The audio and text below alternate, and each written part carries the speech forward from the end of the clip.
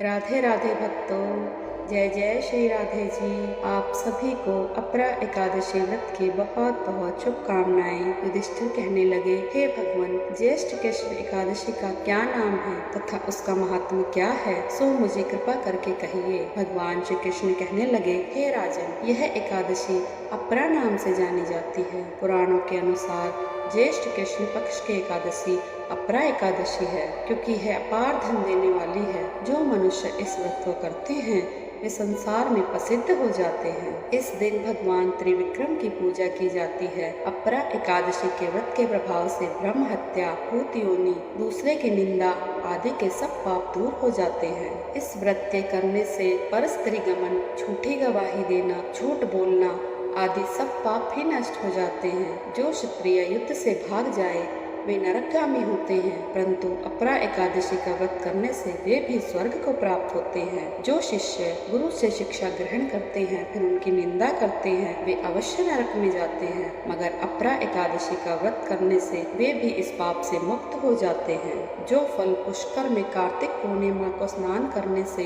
या गंगा तट पर पितरों का पिंडदान करने से प्राप्त होता है, वही अपरा एकादशी का व्रत करने से प्राप्त होता है। मकर के सूर्य में प्रयागराज के स्नान से, शिवरात्रि का व्रत करने से, कुंभ में केदारनाथ के दर्शन या बद्रीनाथ के दर्शन, सूर्य ग्रहण में कुरुक्षेत्र के स्नान से, स्वर्ण दान करने से अथवा अर्ध पशुता गोदान से जो फल मिलता है वही फल अपरा एकादशी के व्रत से मिलता है। यह व्रत पाप रूपी वृक्ष को काटने के लिए कुल्हाड़ी के समान है। पाप रूपी ईंधन को जलाने के लिए अग्नि, पाप रूपी अंधकार को मिटाने के लिए सूर्य, मृगों को मारने के लिए सिंह।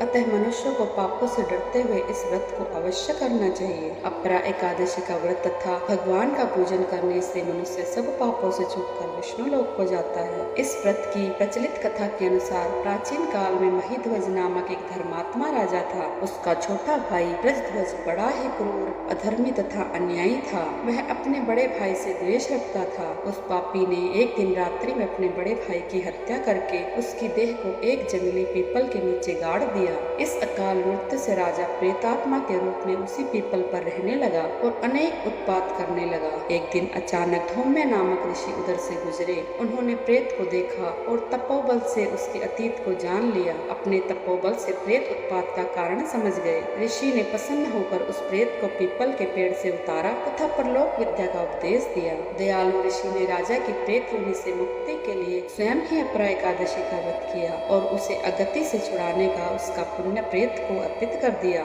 इस पुण्य के प्रभाव से राजा की प्रेत योनि से मुक्ति हो गई। वह ऋषि को धन्यवाद देता हुआ दिव्य देह धारण कर पुष्पक विमान में बैठकर स्वर्ग को चला गया। हे राजन, यह अपरा एकादशी की कथा मैंने लोकहित के लिए कही है। इसके पढ़ने अथवा सुनने से मनुष्य सब पापों से छूट जाता है। बोलो श्री हरि विष्णु भगवान की जय हो। एकादशी महारानी की जय हो।